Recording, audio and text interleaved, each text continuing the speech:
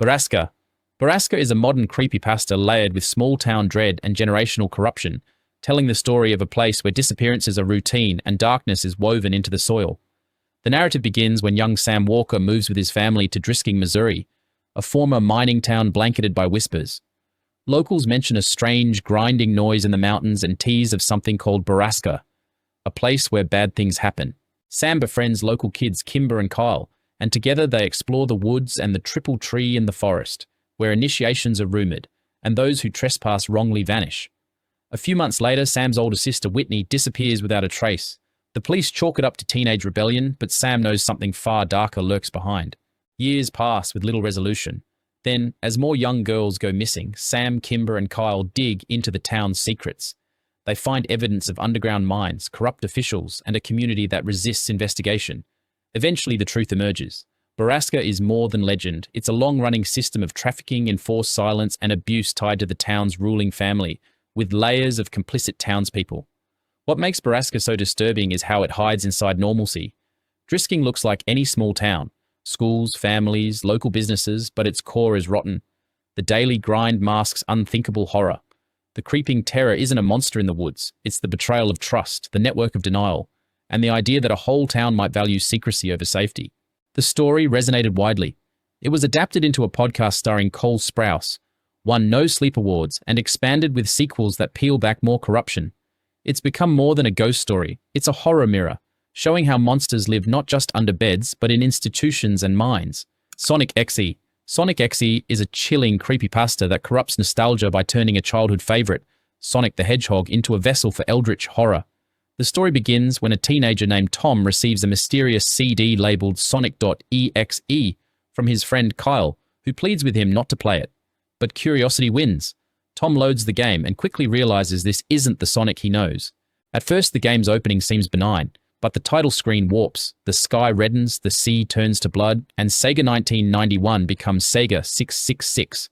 The logo decays, and Sonic's face hovers ominously in the screen's corner. Tom plays as characters like Tails, Knuckles, and Dr. Eggman through warped levels. Each is mercilessly hunted down and brutally killed by a version of Sonic with blackened eyes, bleeding cracks, and a nightmarish grin. After those deaths, the game resets, Tom facing progressively worse visions. The final reveal, a hyper-realistic image of Sonic materializes, declaring, "I am God." As static crashes, Tom hears, "Try to keep this interesting for me, Tom." He turns, and on his bed sits a plush Sonic crying blood, his fate uncertain. What makes Sonic.EXE hit so hard isn't just gore, but the corruption of something beloved. A childhood icon becomes malevolent, pixels become portals. It weaponizes nostalgia and the trust we place in media. The story surged in popularity. Its original creepypasta appeared in 2011 by JC the Hyena, and though it was eventually removed from Creepypasta Wiki in 2014 over criticism, it left a lasting mark. Fan games, most notably Sonic.EXE, the game by MI5T Crimson, and remakes, like Sonic 2011, followed, along with countless YouTube playthroughs, art, and lore expansions. Psychosis. Psychosis is a psychological creepypasta that turns technological paranoia into a creeping, mind-bending horror. The story unfolds as a journal from a man named John, trapped in his basement apartment, convinced that something outside the door is trying to infiltrate him through every screen, wire, and signal. John's days blend into nights with no windows, no sunlight, and too much silence. He starts noticing odd emails, distorted voices, and movements just beyond the vision of his webcams. One message, fragmented and cryptic, whispers, "Seen with your own eyes, don't trust them, and shakes his grip on reality. He becomes obsessive and desperate. He smashes electronics to deny the entity access. He blocks doors. He screams against the shadows.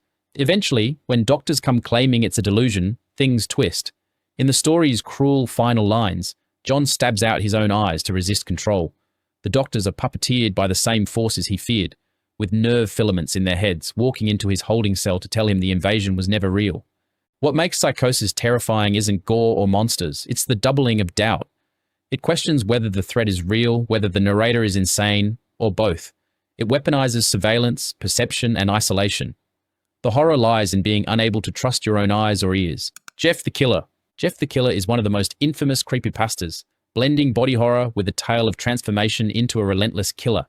The story centers on a teenager named Jeff, who after being brutally attacked with bleach and then burned, becomes disfigured. leaving him with pale white skin and a broken mind. Once Jeff returns home from the hospital, he goes on to further mutilate his own face, creating his iconic look. The once normal suburban life he once had collapses as his psyche deteriorates, twisting him into something unrecognizable. Jeff's appearance is described as pale, ghost-like skin with eyelids carved off so he can never sleep, and a permanent carved smile stretching across his face. The details are grotesque, yet strangely iconic, haunting enough that his image spread like wildfire across internet forums in the early 2010s. The turning point comes when Jeff fully embraces his new self. In one of the most chilling moments, he tells his brother Louis, "Go to sleep," before murdering him and his parents. The phrase became instantly tied to his legend, representing not just murder but the loss of innocence turned into cruelty. What makes Jeff the Killer endure isn't just the gore, it's the archetype of a kid who becomes a monster. He reflects fears of bullying, alienation, and suppressed rage taken to a horrifying extreme.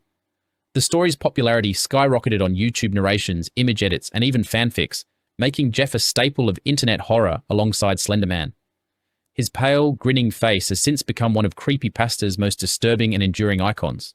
Smile Dog. Smile Dog is a haunting creepypasta that fuses digital horror with creeping psychological dread, telling the story of an image that does more than scare. It infects. The narrative begins when the protagonist hears about a cursed file named Smile.jpg. Those who open it report seeing a distorted photograph of a dog with unnaturally human-like teeth stretched into a grotesque grin. The image is simple, but its effect is devastating. Victims experience night terrors, hallucinations, and eventually madness. The story's tension builds around one survivor, Mary E., who refuses to describe what she saw but insists that the only escape is to spread the word. The curse carries a viral logic. Once you see the image, the only way to relieve the torment is to share it with someone else, passing the infection onward like a digital plague. What makes Smile Dog so disturbing isn't gore or monsters, it's the corruption of the familiar internet landscape. The idea that a simple email attachment, something as ordinary as a .jpg file, could unravel your sanity. It captures fears of technology as a carrier of something intangible and dangerous, an image as a virus of the mind. The legend has endured for years, spawning edited images, YouTube analyses, and countless retellings. Its most famous visual, the grinning canine face against a shadowy background, became one of Creepypasta's most enduring icons, cementing Smile Dog as a story that lingers long after you've logged off. NoEnd House. NoEnd House is a classic creepypasta that uses the trappings of a haunted attraction to plunge its characters and readers into a mind-twisting nightmare. The premise is simple. A haunted house challenge offers $500 to anyone brave enough to make it through 9 rooms. But it's called No End for a reason. No one ever truly finishes it. The narrator, encouraged by a friend named Peter Terry, enters the house late at night. At first, the rooms feel like cheap Halloween sets. Plastic ghosts, animatronics, fog machines, loud soundtracks. But with each step, the decor warps, the atmosphere distorts, and reality bends. In room 3, the narrator hears a low hum, feels a presence behind him, and sees nothing, only to be plunged into darkness and pushed forward by sheer dread. In later rooms, the house turns uncanny. Trees sprout inside walls. The exit door leads you outside, but not truly outside. At one point, the narrator returns home, only to find his parents grotesquely mutilated, smiling, arms detached. In the final rooms, he encounters a doppelganger, a version of himself trapped in a chair labeled with the number 9. The conflict between selves becomes literal, the horror intimate. What makes NoEnd House so disturbing isn't necessarily gore, though it's present. It's the recursive, inescapable structure. The idea that a place might trap yourself, warp your memories, and force you deeper into terror. The house seems alive, anticipating your fear, rewarding your persistence only by rejecting escape. NoEnd House's legacy is strong. It was adapted into Channel Zero, NoEnd House, broadening the mythos and reimagining the horror for television. The story remains a touchstone in creepypasta lore, one of those tales that sticks in your mind, even when you try to stop believing it exists.